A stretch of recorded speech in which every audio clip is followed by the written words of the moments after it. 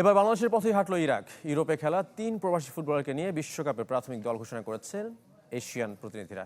একই দিন চূড়ান্ত স্কোয়াড দিয়েছে সুইজারল্যান্ড, আর দল ঘোষণার আগেই হুঙ্কার দিয়ে রেখেছেন Netherlands coach Ronald Koeman.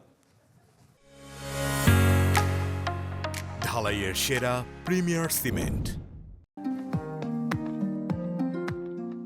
Yohan Cruyff, van Basten, Ruud Gullit, Arjen রোবেনদের মতো কিংবদন্তি ফুটবলার নিয়েও কখনো বিশ্বকাপ জেতা হয়নি নেদারল্যান্ডসের।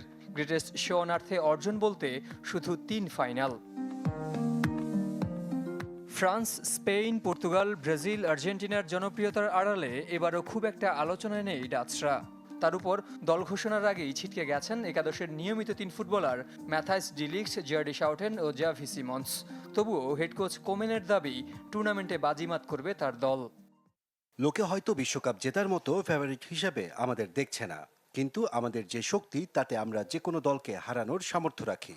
সেজন্য আমি চাই আমার দল আত্মবিশ্বাস, ব্যক্তিত্ব আর তাদের কোয়ালিটি বুঝে খেলুক। এদিকে অভিজ্ঞদের প্রাধান্য দিয়ে বিশ্বকাপের চূড়ান্ত দল ঘোষণা করেছে সুইজারল্যান্ড। 26 জনের 17 জনই ছিলেন সবশেষ কাতার আসরে। সর্বোচ্চ 9 জন জার্মান লিগের ফুটবলার। সুইসদের হয়ে টানা চতুর্থ বিশ্বকাপ খেলার অপেক্ষায় মিডফিল্ডার গ্রানিট শাকা ও ফুলব্যাক রিকার্ডো রদ্রিগুয়েজ। চমক রেখে 34 সদস্যের প্রাথমিক স্কোয়াড ঘোষণা করেছে ইরাক। প্রথমবার আরব দেশটির হয়ে ডাক পেয়েছেন 3 প্রবাসী ফুটবলার। দারিনো নামো ফিনল্যান্ড, ইউসেফ নাসরাউই জার্মানি ও সুইডেনের বয়সভিত্তিক দলে খেলেছিলেন আহমেদ কাসেম। বর্তমানে স্কটিশ লিগে দারিনো, বায়ার্ন মিউনিখের ইউথ দলে নাসরাউই আর এমএলএসের ন্যাশভিলে খেলেন কাসেম। 2 জনের মধ্যে 26 জনের চূড়ান্ত স্কোয়াড দিতে হবে দলগুলোকে। জহির সাগর, চ্যানেল 24।